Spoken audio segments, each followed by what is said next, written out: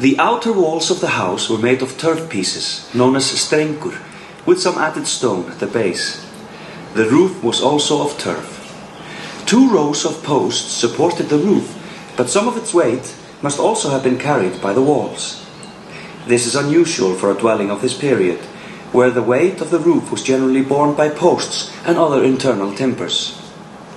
Intriguingly, under the western wall is the spine of a hole. Most of the house had a trampled earthen floor. Only a small area of the western part of the house had a timber floor or a platform, called a bench or set. This would have been the householder's personal space or sleeping area, perhaps with enclosed cabins.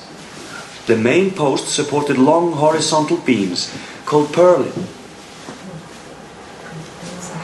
Clear indications were found for various compartments at either end of the house.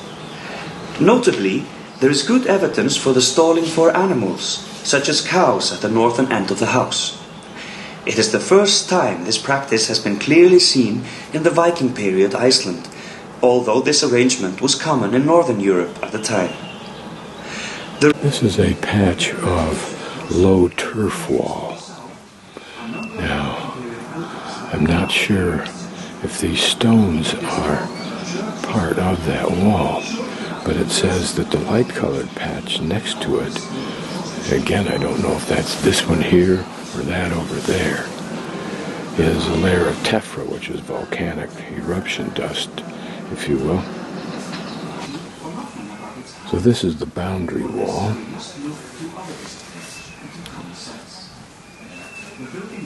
This is another house, a small fragment of wall and possible floor from around the same time.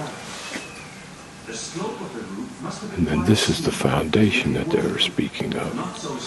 So that answers my questions. Here was what they call an impressive porch that even had paving on it. This is apparently one of the early books recording the sagas of Iceland or of the Vikings. And here what looks to be a leather-bound volume.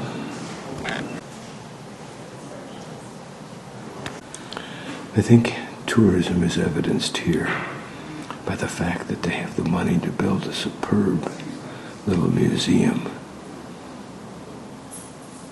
because of tourism.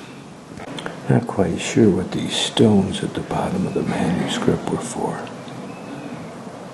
In front of the old Parliament building in this park, it's notable that it is also the site of various protests and revolutions. And they're called the Kettle Revolutions because people will come here with a spatula and a pot and they bang that pot until the legislators listen to them.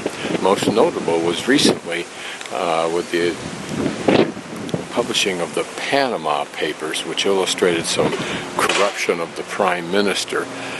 Something like 20 to 60,000 people gathered here with their pots, and the next day the Prime Minister resigned.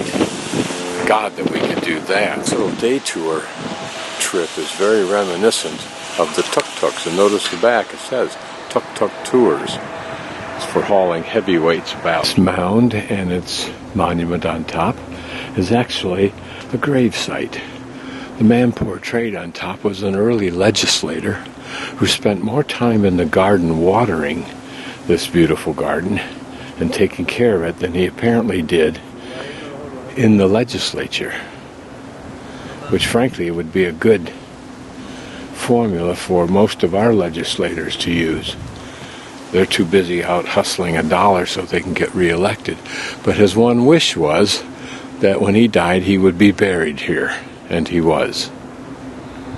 It's also notable that there is no security anywhere near this Parliament building. They simply don't feel the need for it.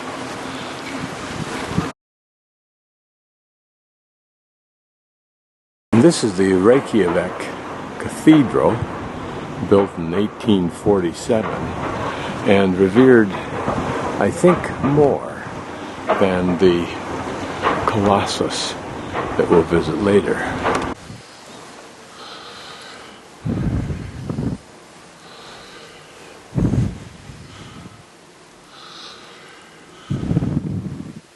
Notice that the first 4 sets of pews are doored off from the rest.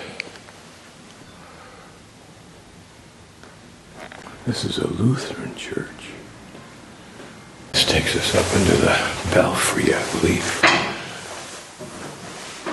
That takes us up into the highest part. No, not quite. We can go higher. And higher we shall go. Room for classes, perhaps. Administration. Get a look at the architecture and the skeletal structure of the building. The inner workings of a clock. Perhaps it controls a bell also.